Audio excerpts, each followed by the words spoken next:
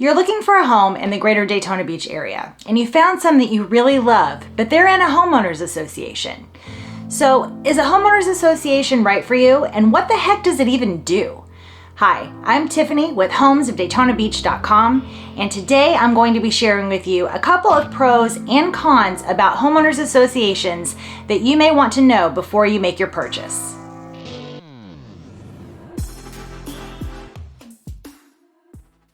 What exactly is a homeowners association?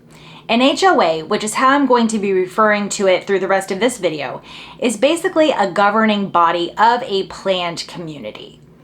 HOAs can be set up for single-family neighborhoods, condominium buildings, as well as townhomes. You can almost think of an HOA as kind of like a property manager, where they're going to be maintaining certain portions of the neighborhood to keep it looking nice, but they're going to do it for a fee. Did you know that Florida is in the top 3 states for communities governed by HOAs? Daytona Beach's newer construction communities are going to most likely have some form of HOA in place. So let's talk about some of those pros and cons. Pro number 1, amenities. Buying a home in an HOA can get you some pretty great amenities, depending on how much those homeowners association fees are. Keep in mind, neighborhoods with really low HOAs are probably not going to have all of those amenities, and you're probably just going to get maintenance of the sign out in front of your neighborhood.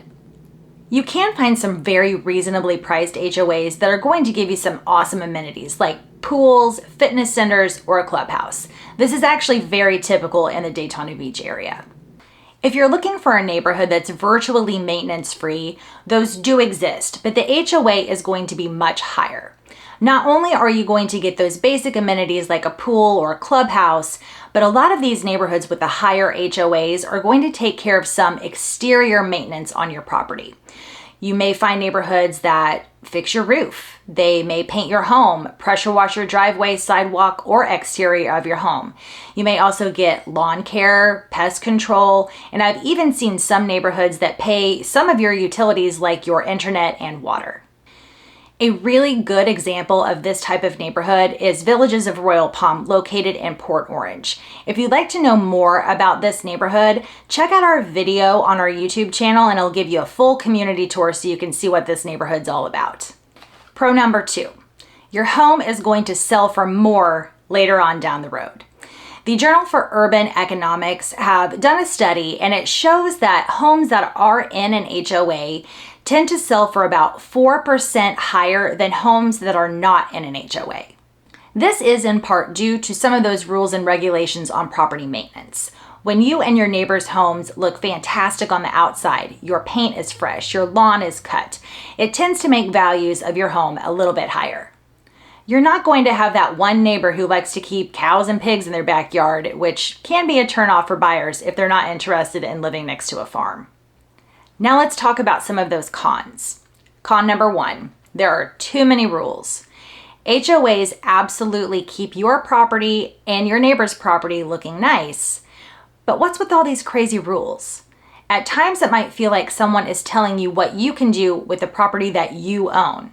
A quick tip is to always check the HOA bylaws before you purchase a home in order to avoid any unexpected surprises. Most HOAs don't allow for boats, RVs, or other toys to be parked in your driveway, on the side of the road, or on the side of your house. Other regulations could include what color you can paint your house, what type of grass you can plant, and what type of fencing, if any, you can put on your property. Some HOAs are even more strict and don't allow flag poles, other decorative flags. They have rules about your garbage cans, or parking on the side of the street for too long. This brings us to con number 2, fines. If you are found to be in violation of some of these HOA rules and regulations, you could be subjected to fines. I'm sure that you all have heard horror stories on the internet about people living in an HOA who have gotten warnings or fines for crazy stuff like having holiday decorations put up, or their grass being too tall, or their hedges not being tall enough. And while these are certainly not normal, they can happen in some situations. I recently heard about a homeowner who was trying to sell their property and they've been hit with a $1,000 fine because they've received multiple warnings about painting the exterior of their home.